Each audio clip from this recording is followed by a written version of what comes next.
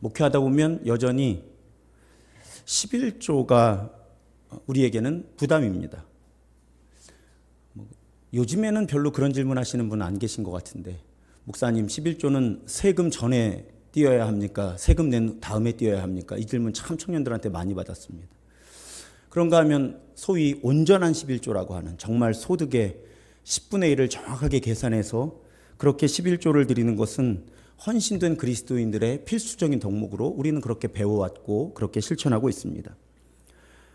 오늘 본문에서 예수께서는 당시에 서기관과 바리새인들에게 박하와 회향과 근체의 11조를 너희들이 드린다 이렇게 말씀합니다. 이게 무슨 뜻인가 하면 복잡한 설명 필요 없습니다. 한마디로 이 바리새인과 서기관들이 11조를 철저하게 드렸다는 뜻이에요. 아주 세심하게 계산해서, 그러니까 오늘날로 비유를 하면 모든 수입을 철저하게 계산하고 거기서 정확하게 10%를 원 단위까지 계산해서 11조를 드리려 애썼던 바리새인과 서기관들이 많았다는 뜻입니다. 그럼 여러분, 이 사람들이 예수님으로부터 칭찬을 받아야 할까요? 비난을 받아야 할까요? 어떻게 생각하세요? 이미 성경 다 읽어놓고 답을 아는 상태에서 질문을 하니까 여러분, 11조 얼마나 열심히 했어요, 이 사람들이. 치열하게. 그럼 칭찬을 받아야 돼요? 꾸중을 들어야 돼요? 칭찬받아야 되죠. 그런데 여러분, 오늘 예수님 뭐라고 하세요? 이 사람들에게. 너희 같은 위선자들에게 화가 있을 것이다. 이렇게 말씀하신단 말이죠. 11조를 이렇게 꼼꼼하게 드리는데 너희 같은 위선자들에게 화가 있다. 예수님 이렇게 화를 내세요. 매우 강하게 비판하십니다. 자, 11조를 철저하게 드린 이 바리새인과 서기관들이 왜 이런 신랄한 공격을 예수님으로부터 받았을까? 본문에 답이 있습니다. 오늘 본문 23절에 보면 너희가 11조는 꼼꼼하게 드리면서도 율법에 더 중한 바 정의와 긍휼과 믿음은 버렸다. 그러나 이것도 행하고 저것도 버리지 말아야 할지니라. 자, 예수님께서는 이 사람들이, 당시 종교인들이 11조를 꼼꼼하게 드리면서도 율법의 더 중요한 가치, 중요한 삶의 방식을 외면했다 하고 혼내시는 거예요. 더 중요한 삶의 방식이 뭐예요? 예수께서 정의와 긍휼과 믿음. 여기서 믿음은 하나님과의 관계 속에서 하나님을 믿는 믿음이라기보다는 사람과 사람 사이에 존재하는 신뢰라고 해석하는 것, 번역하는 것이 훨씬 적절합니다. 그러니까 11조는 철저하게 드릴 줄 알면서 너희들이 정의와 긍휼과 사람 사이의 신뢰를 외면했다. 그래서 11조 꼼꼼하게 계산해 드리고 지금 혼나고 있는 거예요. 여러분, 사실은 오늘 매일 기도회 때도 오늘 저녁 설교가 이제 머릿속에 있으니까 그 말씀이 나왔는데, 이 정의와 긍휼, 사랑, 신뢰, 이건 분리될 수 없는 한 덩어리입니다. 제가 오늘 새벽에도 그 말씀 드렸지만 정의와 사랑이 서로 충돌한다고 생각하는 건 성경적인 정의와 사랑의 개념을 이해하지 못해서라고 말씀을 드리죠. 성경에서 나오는 사랑은 무조건 덮어주는 사랑이 아니죠. 사람을 더 바르게 살게 하는, 더 나은 존재가 되게 하는 사랑이에요. 그럼 이건 정의가 없이는 이루어지질 않습니다. 제가 자주 예를 들어드리잖아요. 누가 억압당하고 고통받아요. 핍박받아요. 이 사람을 향해 긍휼을 베풀려면 이 사람을 못 살게 하는, 억압하는 무엇인가를 없애주어야 되잖아요. 그럼 정의로 와야 되는 거죠. 악을 제거해야 사랑할 수 있는 거예요. 그러니까 정의와 사랑은 함께 가는 겁니다. 이건 우리 교회에서 분명히 알아야 돼요. 제가 얼마 전에도 회복적 정의라는 말씀을 드렸잖아요. 정의는 그냥 그저 옳고 틀린 걸 결정하는 게 정의가 아니라 모두가 다 더불어 잘 살게 해주는, 회복시키는 정의가 성경적 정의다. 그러면 사랑이 담긴 정의를 말하죠, 성경은. 그리고 이 모든 것에 있어서 사람과 사람 사이에 신뢰 없이는 아무 일도 일어나질 않죠.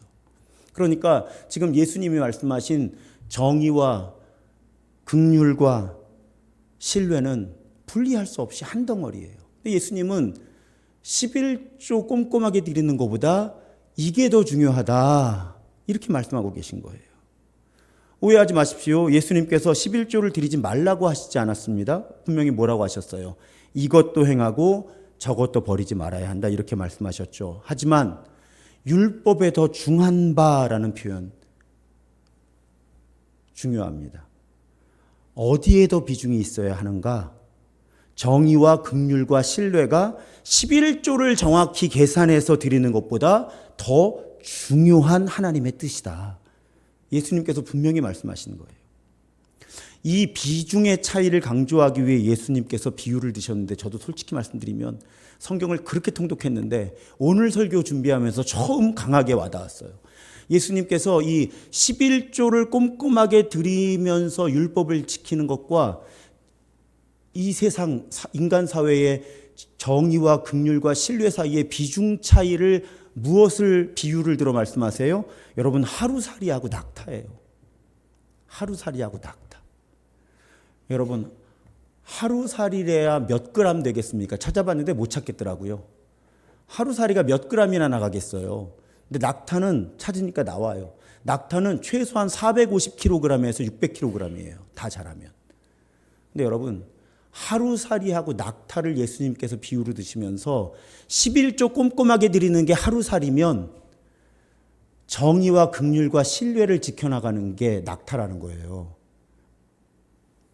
여러분, 그렇게 배워 오셨어요? 그렇게 실천해 오셨어요? 근데 예수님 그렇게 말씀하신 거예요. 저도 11조 꼼꼼하게 드리는 것보다 정의와 긍휼과 신뢰가 중요하다는 건 생각해 왔어요. 근데 바로 그 다음 절에 하루살이하고 낙타의 차이가 얼마나 큰 건지, 예수님이 얼마나 이 비중의 차이를, 큰 말도 안 되는 차이를 가진 하루살이랑 낙타를 가지고 설명하셨다는 건 이번에 좀 깊이 생각해 보게 되었습니다. 약간 충격적이었어요. 11조, 본래는 이제 거꾸로 해석하셔야 돼요. 이게 율법을 어기는 문제이기 때문에 낙타가 더 불경스러운, 부정한 물건이거든요, 하루살이보다. 근데 하루살이는 놔두고 낙타를 삼킨다. 그러니까 이 비유를 거꾸로 해석을 하면 11조를 꼼꼼하게 잘 내는 건 하루살이 같고, 정의와 긍휼과 신뢰를 지키는 게 낙타라는 거예요. 거꾸로 다시 해석을 하면. 저도 이 차이가, 그렇게 예수님께서 이렇게 큰 차이를 둔 비유를 사용하신 거는 이번에 처음 생각하게 된 거죠. 몇 그램도 안 되는 하루살이하고 500, 600kg 나가는 낙타를. 근데 여러분, 이 성경을 처음 읽은 사람들은 이건 예수님께서 아주 유머 감각이 뛰어나셨거든요. 그리고 그 언어 능력이, 물론 뭐 하나님이시니까 탁월하셔서 우리말 번역으로는 또 느껴지지 않는 언어 유희가 여기 있더라고요. 저도 이번에 알았어요. 당시에 이제 신약 성경은 헬라어로 기록되었지만 유대인들은 아람어를 썼거든요. 근데 그 아람어에서 하루살이는 갈마고 낙타는 감라예요. 한 글자 순서만 바뀌어요. 영어 알파벳으로 써놓으면 하루살이는 갈마고 낙타는 감나예요. 헬라어로도 아주 비슷하더라고요. 그러니까 예수님께서 말장난, 언어 유희를 가지고 갈마, 감나, 그러니까 사람들에게 꽂히게. 그러니까 발음은 비슷한데 크기와 무게는 어마어마하게 다른 하루살이와 낙타를 비유에 사용하시면서 11조 꼼꼼하게 내는 건 하루살이 같은 거, 정의와 긍휼과 신뢰를 지키는 건 낙타 같은 거, 이렇게 말씀하셨다는 거예요. 여러분, 예수님의 가르침은 구약의 가르침과 일관되어 있잖아요. 구약의 성부 하나님과 신약의 성자 하나님은 같은 분이잖아요. 같은 성품이잖아요. 삼위일체 하나님이시니까. 구약에 이런 가르침이 얼마나 많습니까? 우리 2020년, 21년, 22년 성경 통독 23년까지네요. 구약 쭉 하면서 얼마나 정의라는 단어가 구약에 많이 나오는지 아주 뼛속 깊이 느끼셨을 거예요.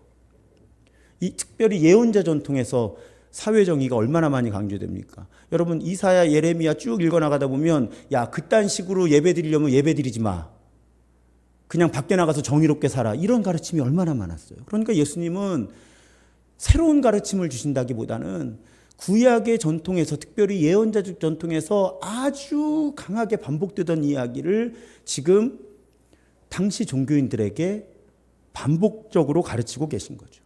우리 교회에서 제가 가장 많이 인용하는 본문 가운데 하나가 미가서 본문이죠. 미가서에 어떤 질문이 나옵니까? 누가 질문하는 거예요. 와, 이 높으신 하나님께 예배를 드리려면 내가 어떤 제물을 준비해야 하나? 뭘 가지고 나가야 하나? 11조 차원이 아니에요, 여러분. 1년 된 송아지, 수천 마리의 양, 수만의 강줄기를 채울 만큼의 올리브 기름을 가지고 나가면 주님께서 기뻐하실까? 그러다 급기야 이 사람이 해서는 안 될 말까지 하죠. 내 맏아들을 제물로 바치면 주님께서 내 죄를 용서해 주실까? 이런 질문까지 하는 거예요. 다시 말씀드립니다. 11조를 정확하게 계산하는 수준이 아니죠, 이건 지금. 하나님을 기쁘시게 하기 위해서, 하나님을 만족시키기 위해서, 그래서 내 죄가 용서받고 하나님과의 관계를 해결하기 위해서 무엇이라도 내가 바치겠다. 도대체 뭘 바치면 좋으냐? 이런 질문인 거예요. 그런데 하나님이 뭐라고 대답하십니까? 미가서 6장 8절에 사람아, 주께서 선한 것이 무엇임을 너에게 보이셨나니 여호와께서 너에게 구하시는 것은 오직 정의를 행하며 인자를 사랑하며 겸손하게 내 하나님과 함께 행하는 것이 아니냐.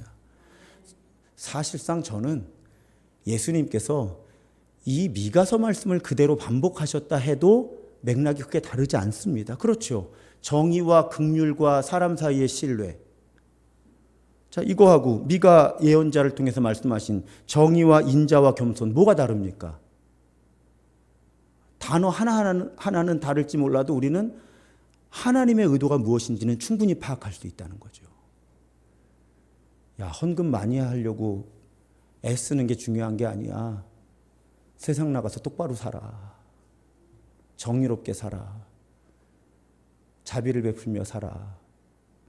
겸손하게 섬기면서 다른 사람의 신뢰를 얻으면서 살아.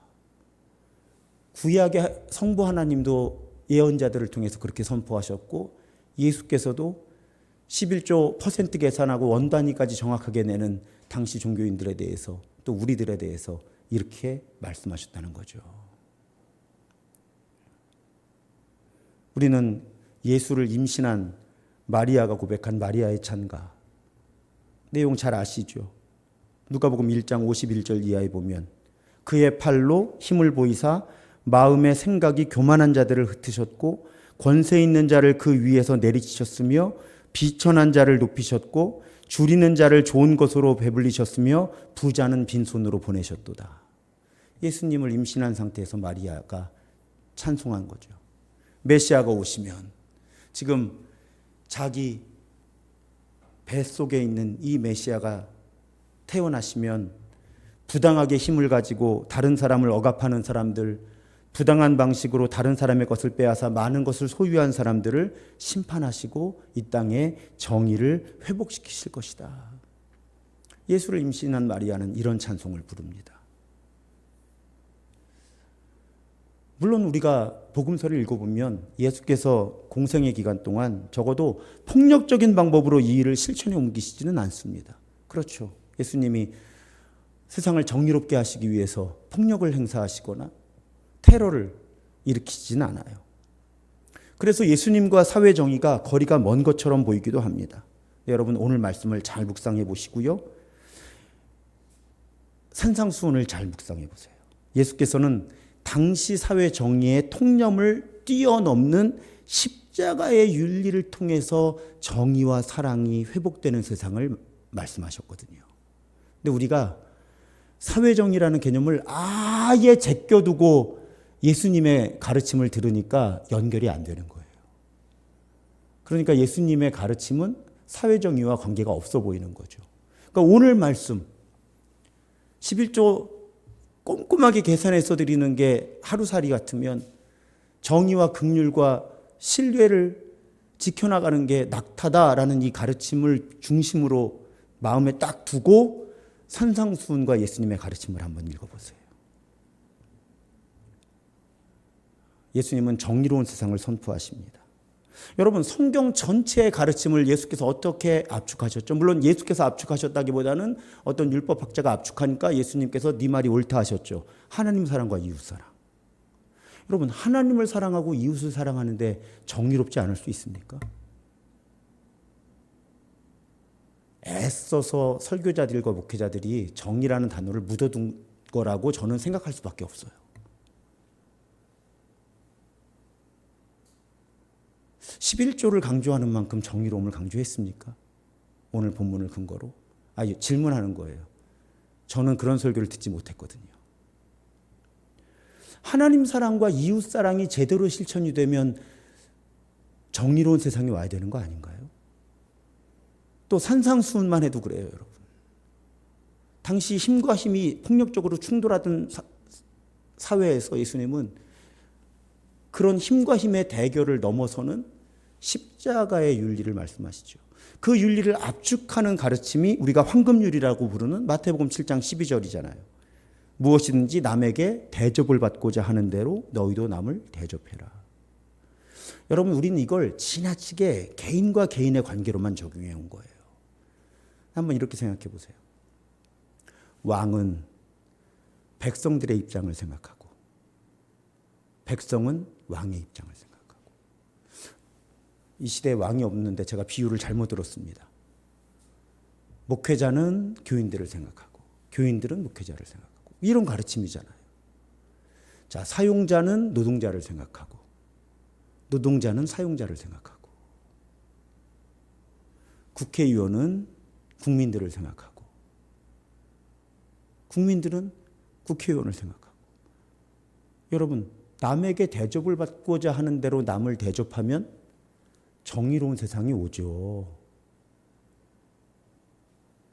우리 지금 정권이 바뀔 때마다 선택적 정의 이런 얘기 나오잖아요. 왜? 서로 다른 기준을 적용하죠. 우리 편과 상대편에 대해서. 예수님은 그렇게 하지 말라고 가르치시는 거죠. 남에게 대접을 받고자 하는 대로 너희도 남을 대접해라. 여러분, 이 가르침 하나만 가지고 정치, 경제, 사회 현실에 대입해 보죠. 세상이 정의로워지지 않겠습니까? 우리는 그렇게 사고하는 법을 생각해 보질 못한 거예요. 왜? 정의라고 하는 단어는 아예 교회에서 묻어두었으니까. 그 앞에 사회자까지 붙이면 더 그건 그리스도 신앙하고 관계없는 것처럼, 영성하고 관계없는 것처럼. 이것이 한국교회의 왜곡된 영성인 거죠. 우리나라만 그런 것도 아니고요. 제가 가끔 인용하는 브라질 로마 가톨릭 교회의 대주교를 지낸 헬더 카마라 이런 말을 했죠. 내가 가난한 사람들에게 먹을 것을 주면 그들은 나를 성자라고 부른다. 그런데 내가 왜 그들이 가난한지 이유를 물으면 그들은 나를 공산주의자라 부른다. 근데 여러분, 정말 구약의 예언자적 전통과 예수님의 가르침을 사회 현실에 적용해 보시면 가난한 사람이 왜 가난해지냐고 물어야 한다는 거죠. 근데 그러면 빨갱이가 되는 거예요.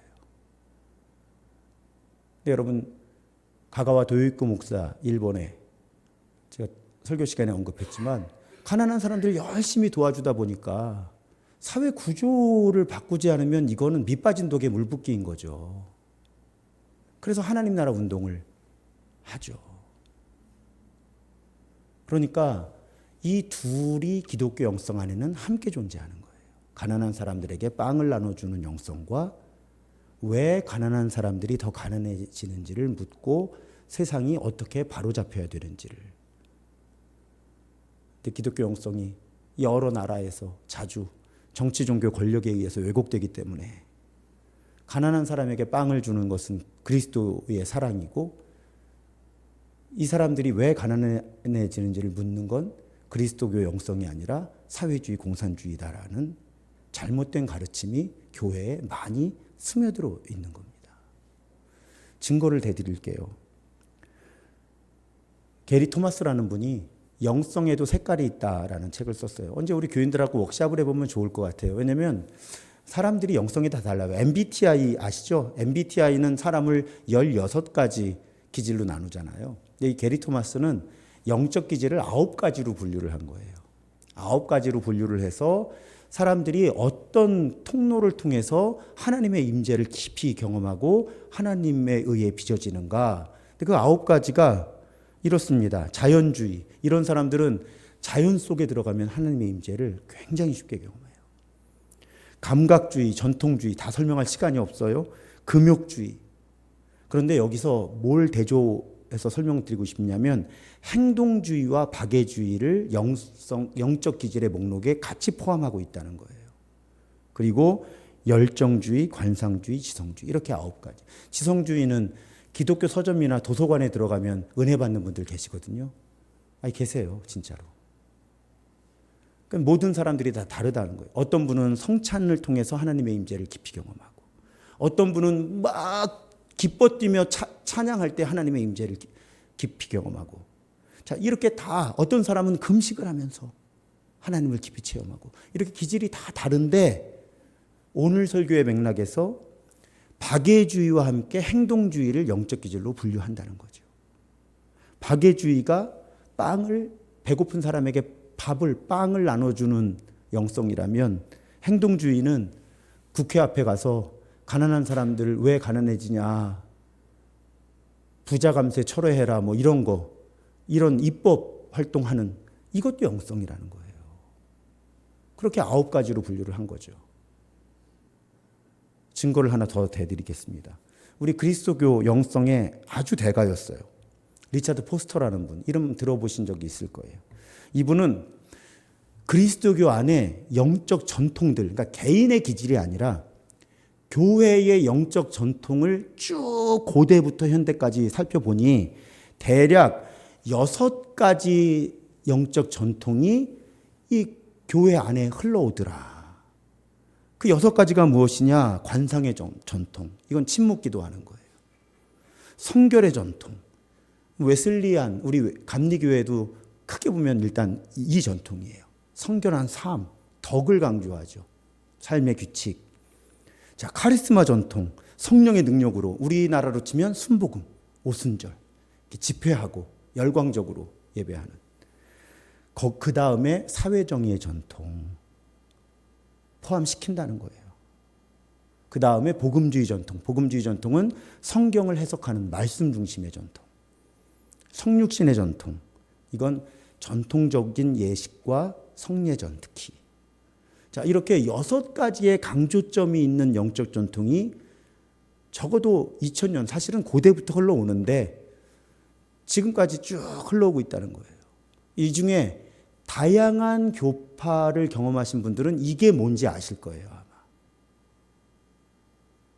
어떤 장로교회 가면 딱 형식적인 예배를 드리잖아요. 근데 그분들은 거기에 은혜를 받는 거예요.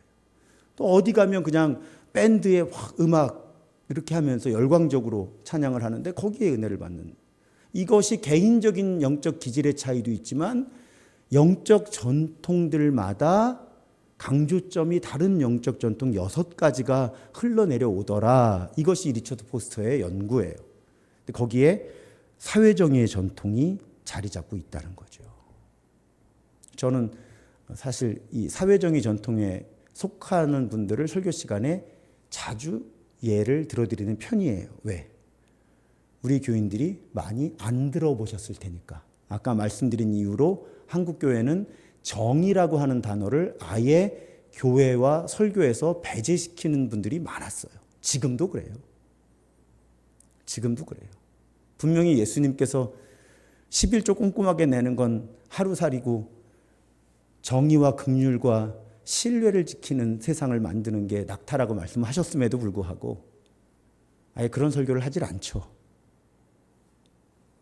근데 지금 세계 기독교의 대가라고 불리는 사람들은 개인의 영적 기질을 분류해도 박애와 정의가 함께 있고, 세계 기독교의 전통들을 6가지로 분류를 해도 거기에는 사회 정의라고 하는 주제가 반드시 포함이 된다는 겁니다.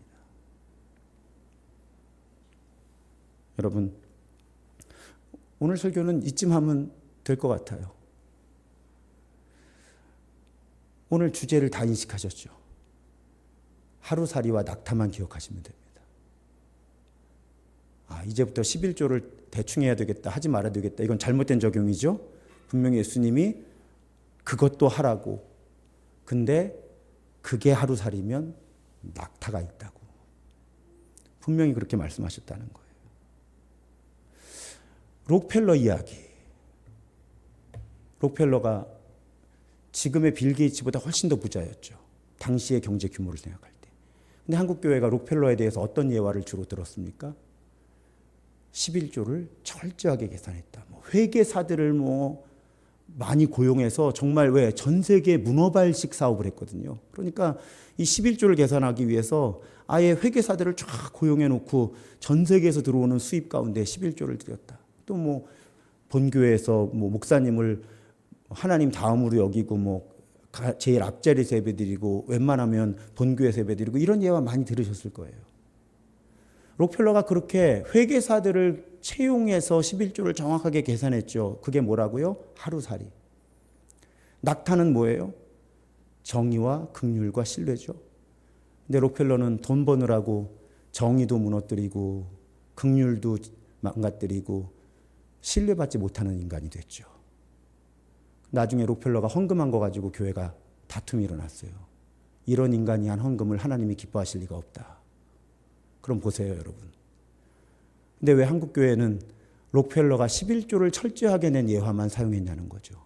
예수님은 그건 하루살이 같은 거라고 말씀하셨는데 그걸 이야기한 게 잘못은 아닙니다. 그걸 이야기할 때 이게 하루살이면 록펠러가 정의롭게 긍휼을 베풀면서 신뢰를 얻는 사람이 되었어야 마땅하다고 사실은 부정적인 측면이 더 강한 예화가 되었어야 하는 거죠. 이런 게 다 왜곡이라는 거예요. 록펠러 때문에 미국의 반독점 금지법이 만들어진 거예요. 하도 처참하게 기업 사냥을 해서 또 록펠러가 대표로 있는 기업이 노조 탄압으로 유명했고요. 그러다 사람이 죽기도 했죠. 탄광에서. 그냥 웬만한 잘못들이 아니에요, 여러분. 그러니까 미국이라고 하는 나라가 기업 윤리를 법으로 만들어내게 할 만큼 사실은 오늘날의 기준으로 보면 매우 악한 사람이었던 거죠. 그 나중에는 이제 재단도 만들고 또 지금의 뉴욕 시민들은 록펠러 재단에서 아예 수도 요금을 다 내주죠, 지금도. 근데 이것도 여전히 논쟁거리입니다. 록펠러는 정말 회개했을까 아니면 그래도 죽기 전에 본인의 이미지를 좀 세탁하고 싶어서 죽은 다음에 돈 갖고 갈 것도 아닌데 그 돈을 벌겠다고 그렇게 수많은 미국 사람들의 사실은 전 세계 사람들의 가슴에 멍이 들게 했고 사실은 생명까지도 앗아갔던 기업이니까요.